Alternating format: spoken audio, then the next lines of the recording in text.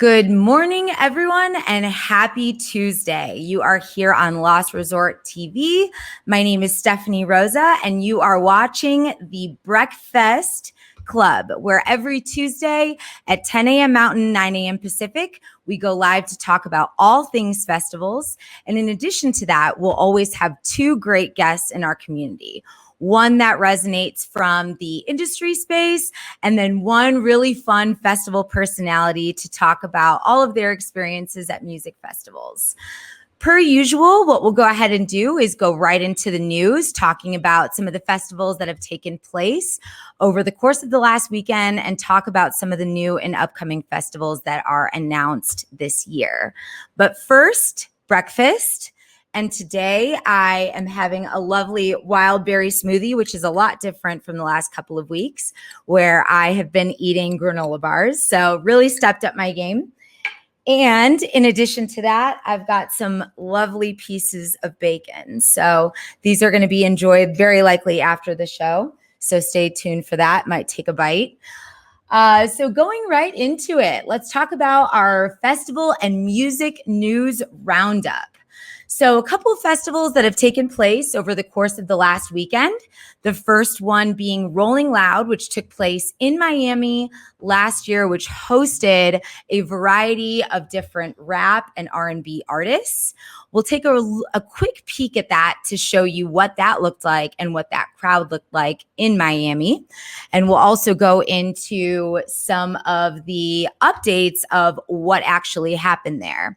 So taking a look at Rolling Loud, here is what we saw in Miami over the weekend. As you can see, tons and tons of folks. This is Lil Uzi Vert that's on the main stage here. Tons of branding at this show too, which I thought was really cool. It's great to see a lot of these different brand partnerships really stepping up once again. So Lil Uzi Vert took the stage, as you can see here, and the fans were absolutely going wild. So some really cool performances. They also did wind up streaming the entire performance that you could view. So really cool stuff with Rolling Loud. They've got a couple more festivals that will be coming up throughout the rest of the year, including one that'll be taking place just outside of Los Angeles. So neat stuff as it relates to that. Another interesting thing that happened during Rolling Loud was DaBaby actually made some pretty intense comments while he was on stage. He also had an Adidas shoe thrown at him. And right after that, he made some of these comments. So I'm going to go ahead and show you here some of those comments, as well as a quick video of him walking off of the stage. So let's take a quick peek at that. So this article was written by, let's see, let me pull this up. Sorry, guys. Here we go. This is LGBTQ Nation who reported on this right here. And like I said, it was some pretty intense comments that were made by DaBaby that was marked as an anti-gay rant. So pretty upsetting stuff to read about him. And I think it'll be really interesting to see what will happen to his career after this. He said some things as it related to the individuals in the crowd with HIV and AIDS. So if you want to take a look at that article and read a little bit more, you can do so at lgbtqnation.com. You can definitely see that a lot of these videos also went viral.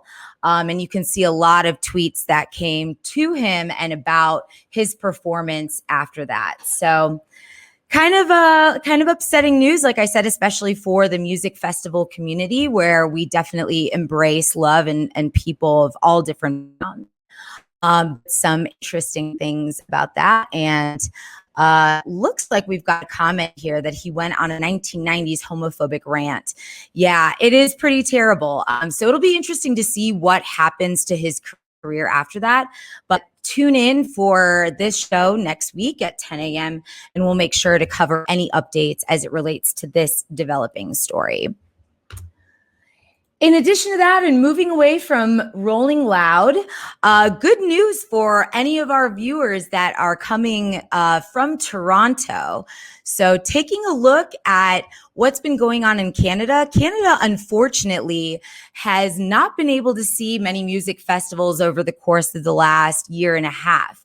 But it looks like Toronto's very first post-lockdown outdoor music festival will take place, and it'll follow suit really similarly to what's been going on in the US over the course of the pandemic, which is that they are going to be following that drive-in model. So while, those of us in the US, some of us have been to some of those full festivals at full capacity, like Ubbi Dubbi, Global Dance over this past weekend in Colorado, Toronto is finally seeing the return of live music. So very exciting stuff for those folks. Really excited to see what's going to happen in Canada. I know a lot of these festivals have been postponed to 2022. So hoping that our Canadian friends will be able to get live music once again. Again, this is another kind of developing story. I'm really curious to see if we'll see any of the vertical festivals or pod style festivals like we have in the US. But good news for anybody that is tuning in from Toronto. And if you are tuning in from Canada, please let us know. We'd love to hear some updates from you as it relates to, what's going on in your country and live music or live performances. And if there are any smaller venues that you are seeing that are reopening. So moving on to yet another country, I know last week we had talked about Exit Music Festival hosting 180,000 folks on site. But now we're seeing that Spain is also opening up again. So taking a look at that, they're actually going to be hosting a pretty unique festival coming up. This Spanish music festival is actually going to be converting an old jumbo jet into a stage and a dance floor.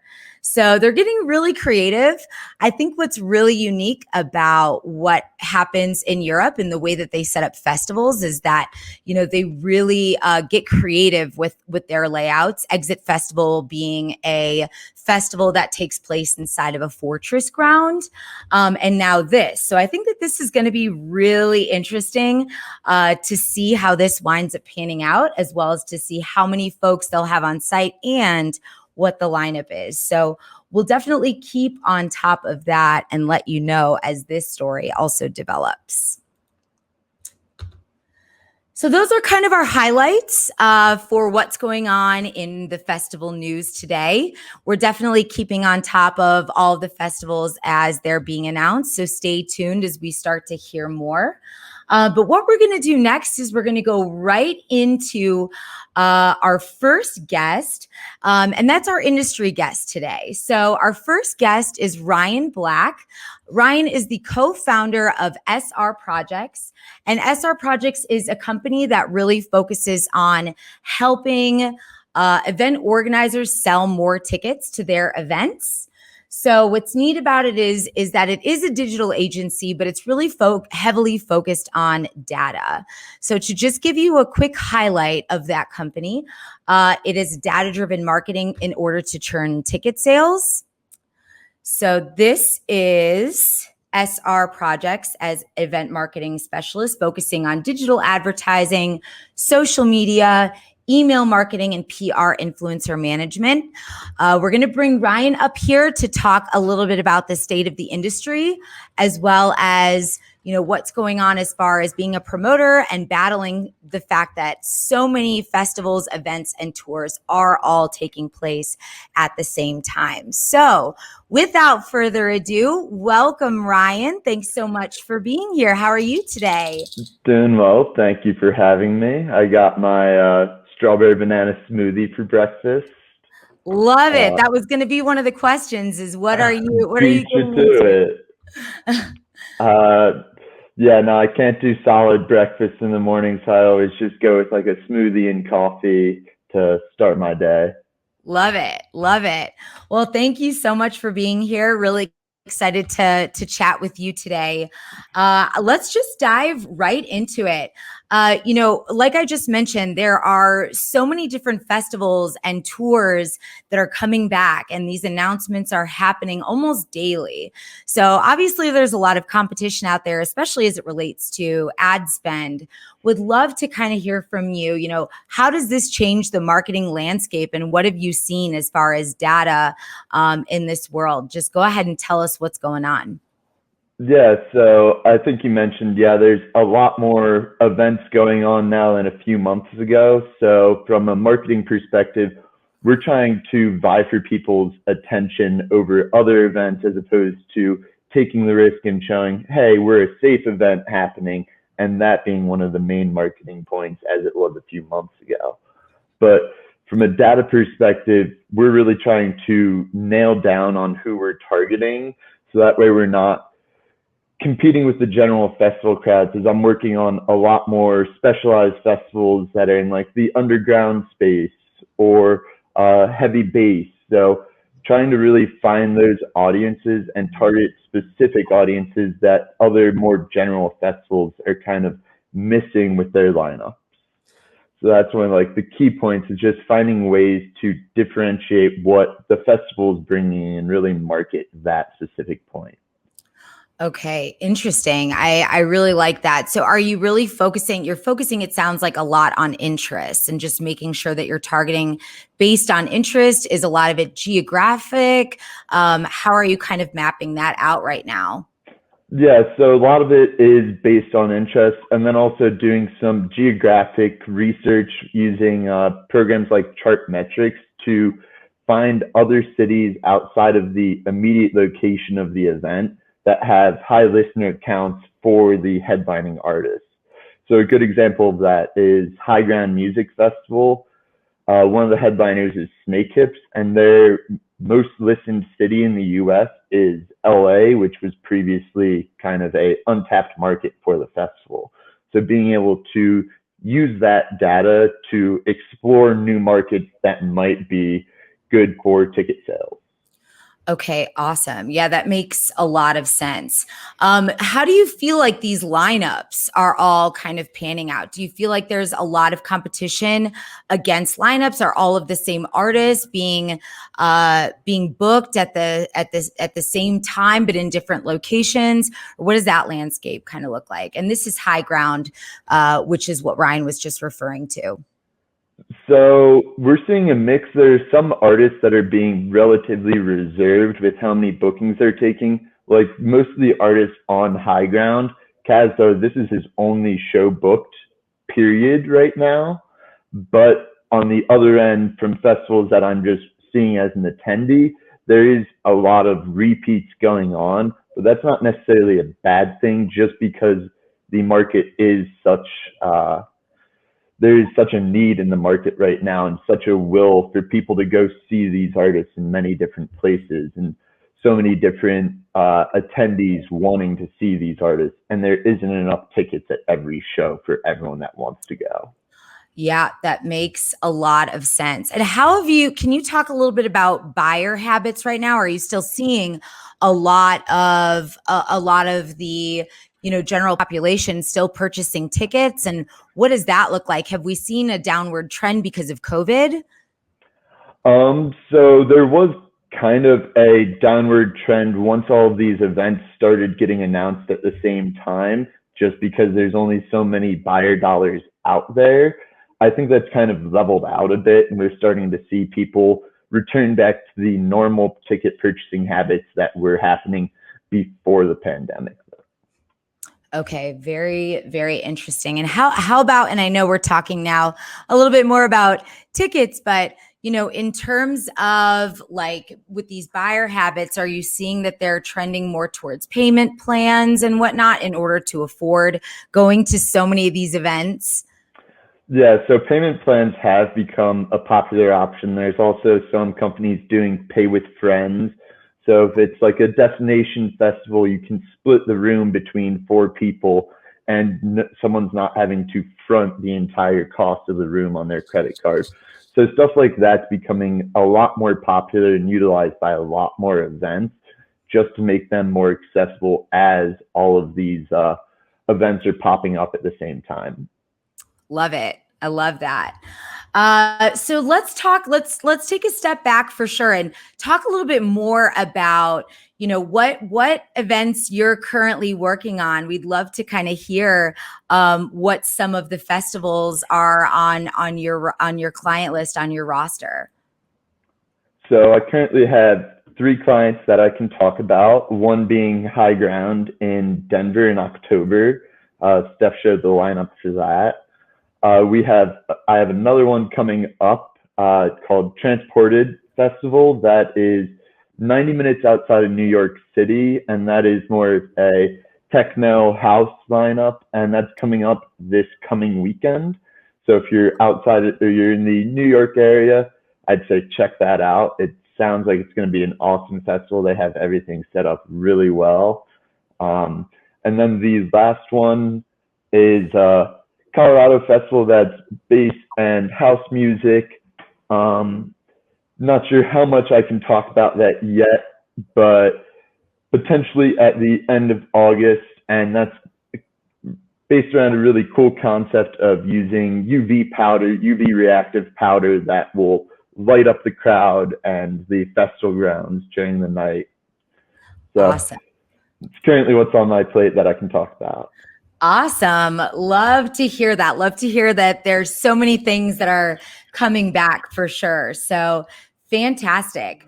So a couple other things here. Definitely want to hear, what else is on the horizon for you? What kind of trends are you starting to see more of? What do you think is next in the festival world and coming out of the pandemic?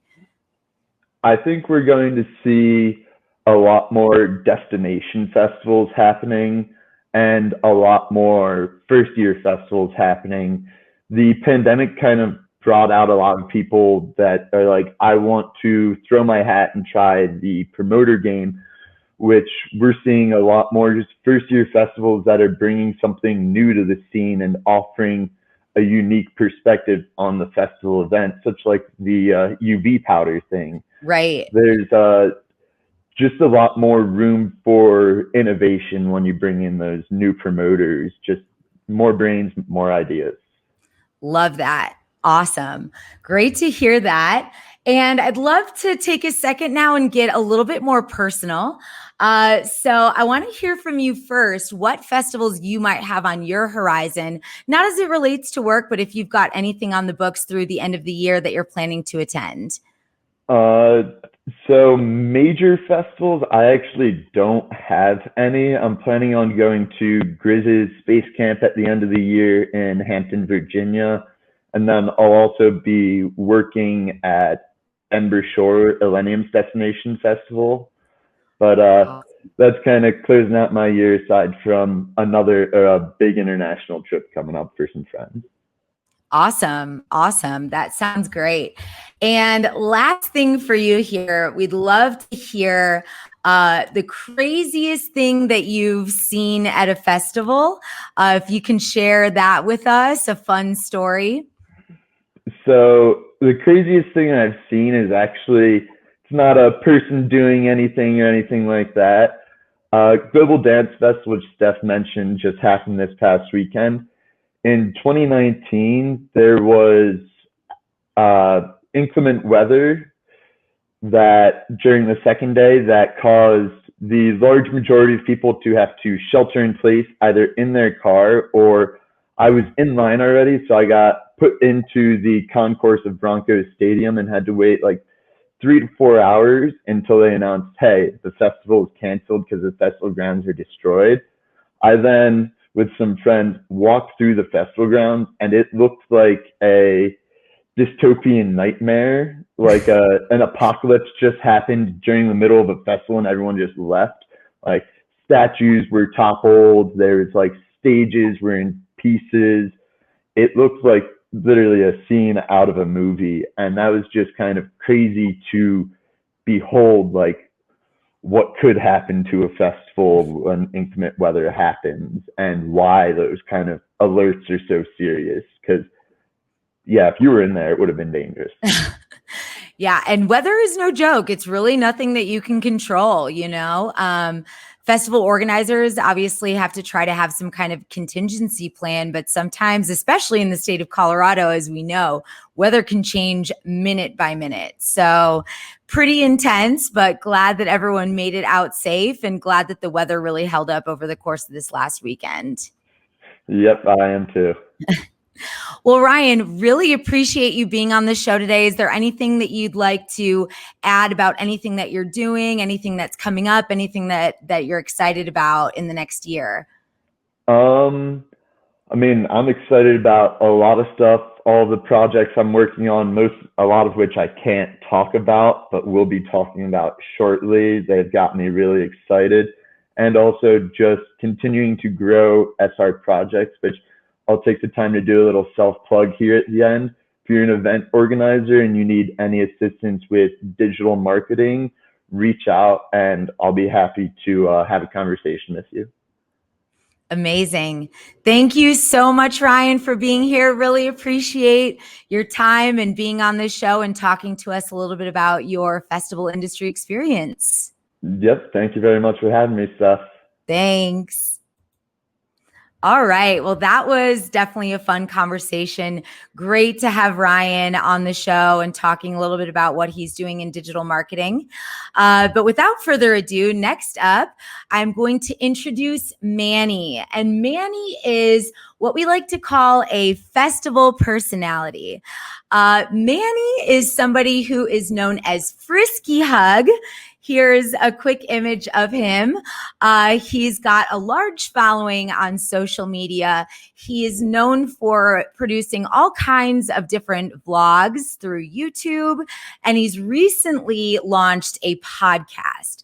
So we're going to talk to Manny a little bit about his experience. But before we do that, we're just going to jump right in and see if we can take a quick peek at one of his vlogs. Let's take a look at Ubby Dubby, which was the very first festival back. So here's a quick sneak peek at Manny. Hello, it's day one. We're going to Ubby Dubby. The whole squad is in the same hotel. We got 7 hotels, and we're just waiting for a couple more friends to get here, and we're just going to be on our way, and we're all fucking stoked. I can't wait for you guys to see who's in our squad. Enjoy the video.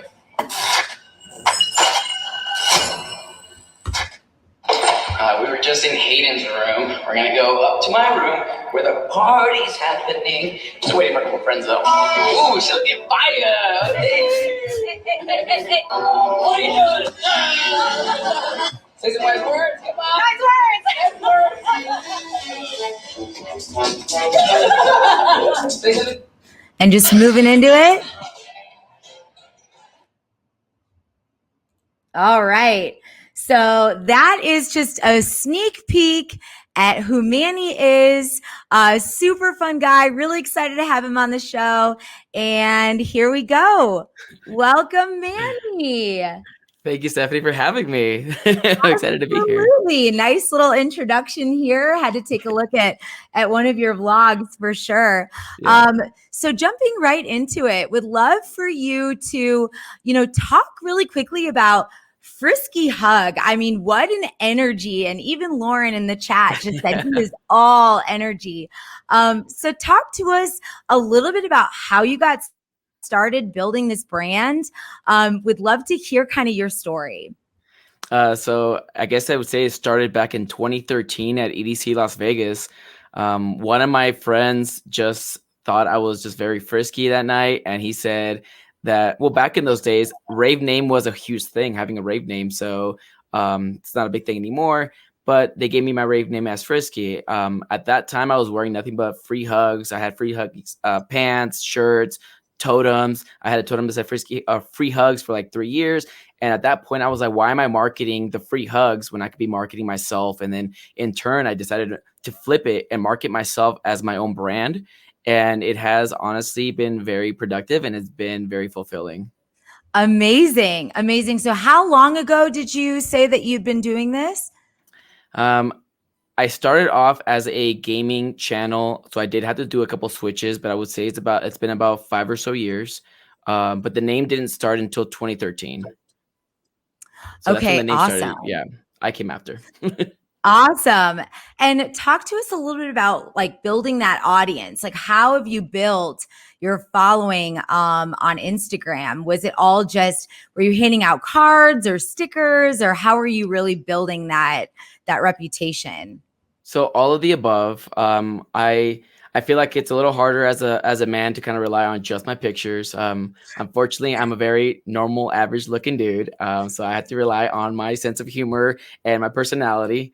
So to advertise myself, I actually created pins, I created buttons, I created stickers, made a flag. I made bottle openers. Any way that I could market myself, I did all of it, and I would just hand them out.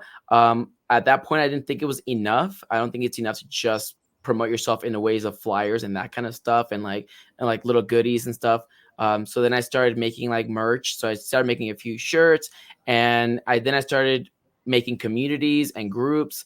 I've literally probably made about 5 rave groups already, and they're still like going strong as a rave fam. So at this point, it's more about creating the community, and that themselves, it's like word of mouth, and they're literally making me famous because they're the ones just hyping me up. They're fully supporting me, and now that I've created this little circle of rave friends within each of these communities, their support is really what's driving me to like success.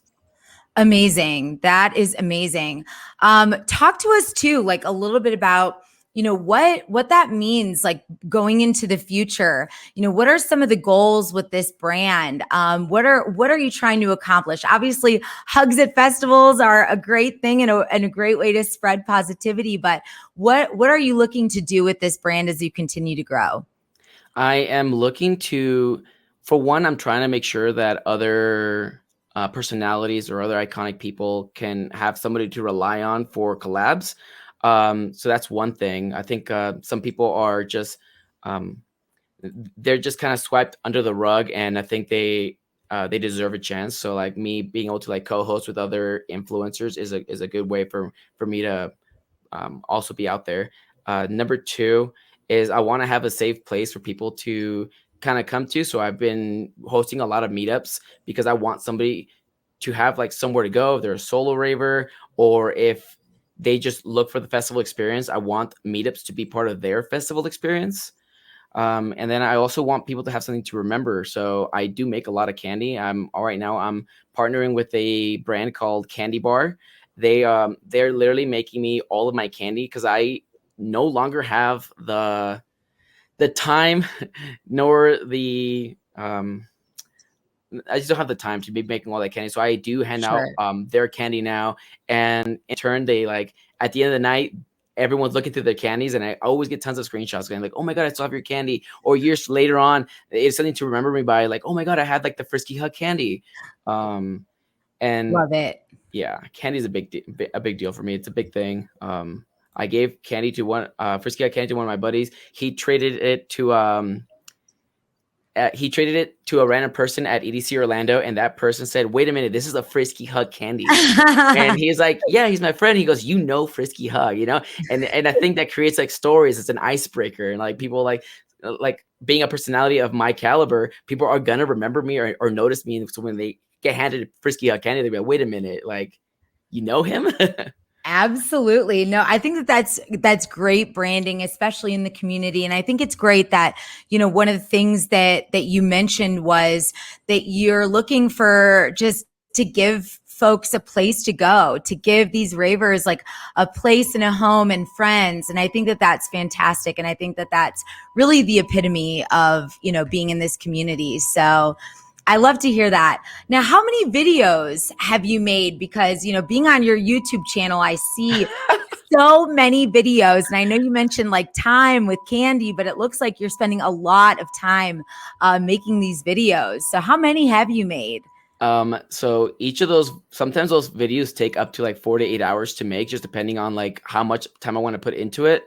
Um, Especially like the rendering and stuff like that. I have made over 100 and something videos.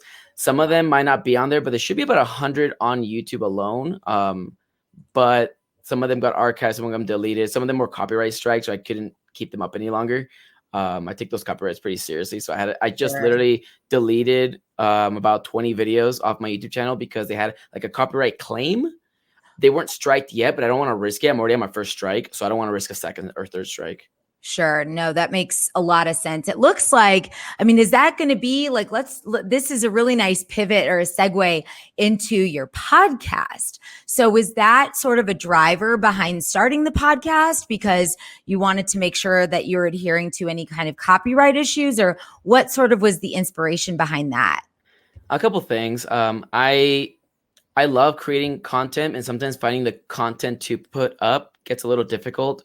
But I do know one thing is I love to talk. So, so that Why you're here.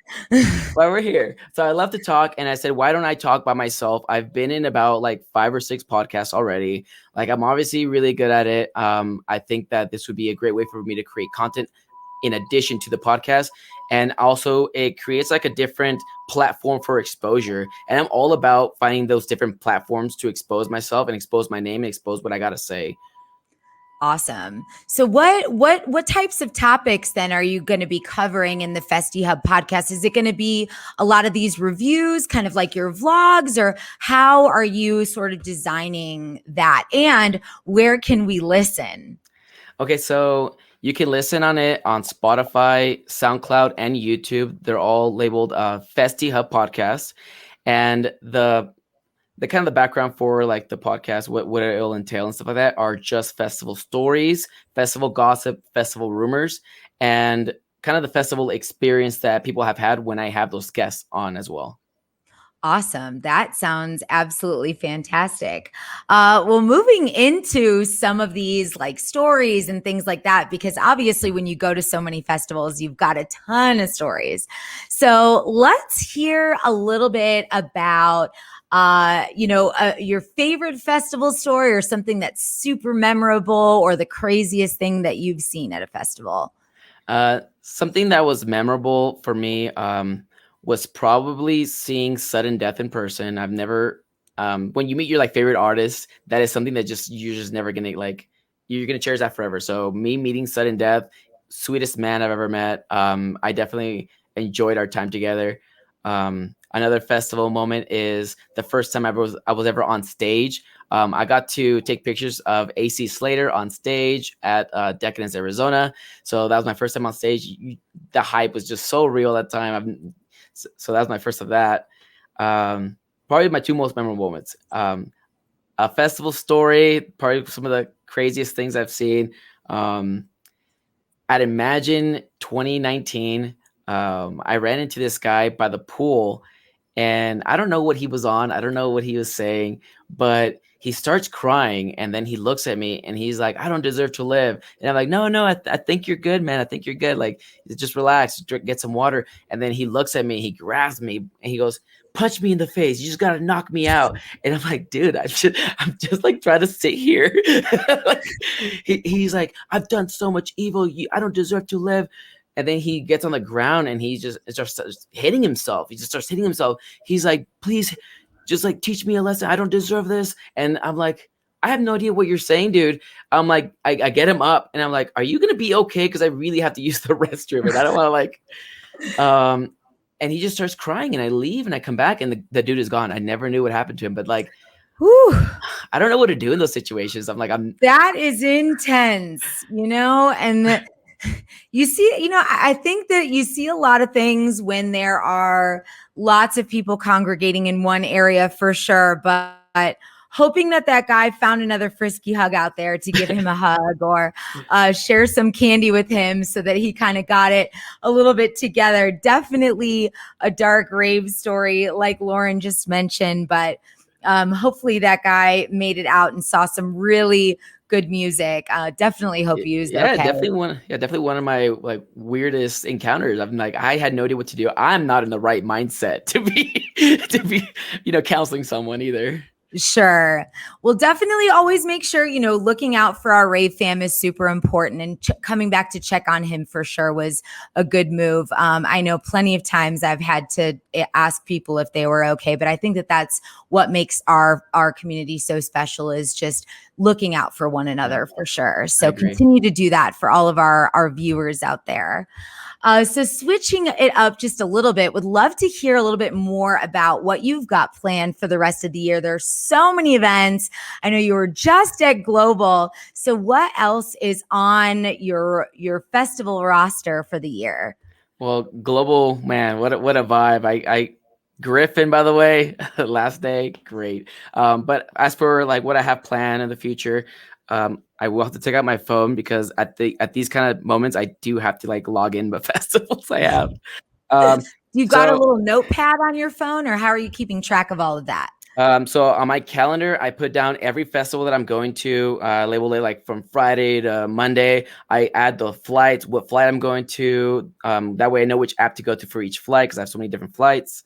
And everything's just on my Google calendars. And everything's just on there. And it gets a little messy because I do add it with work stuff. So it gets a little messy. I'm supposed to be going on a work trip to Germany on the between the 15th and the 30th of August, but it looks like that might be getting canceled. So I will be going to Base Canyon now on the 20th of August. Awesome. That is in Washington over at the Gorge. I also have Freakazoid, and that is the 3rd of September. My friends are trying to get me to go Interstellar. I hear that is the second week of August. We just talked about it today. I don't know if I can do that. That's I'm very like cautious about back-to-backs because I always like to have 1 week in between because I do have to unpack. I do have to like travel. Like travel plans can change. Weather can mess everything up. So, so I got Interstellar, Base Canyon, Freakazoid. We have Imagine Music Festival. That's gonna be in September, middle of the week. That's I'm gonna do probably 4 days because Ganja White Night just announced the pre-party on that Thursday.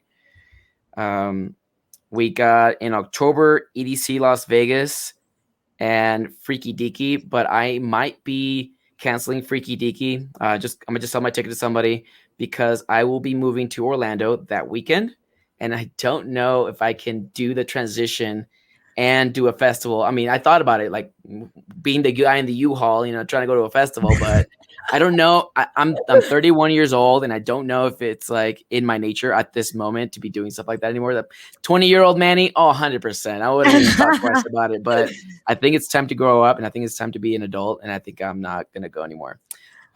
But I got EDC Orlando coming up in November, and I'm not doing home base because I will be living in Orlando. And then we have for December, I guess for New Year's, this is like my last plan. I haven't planned on anything just yet. Nothing set in stone. I was thinking about hijinks, but a little birdie told me that Pasquale is having a countdown in Orlando. So I might be doing that. So I'm just waiting for the announcement if it happens. And if it doesn't happen and little birdie lied to me, then, I guess I'll do hijinks. Sounds like a packed schedule, especially between a move.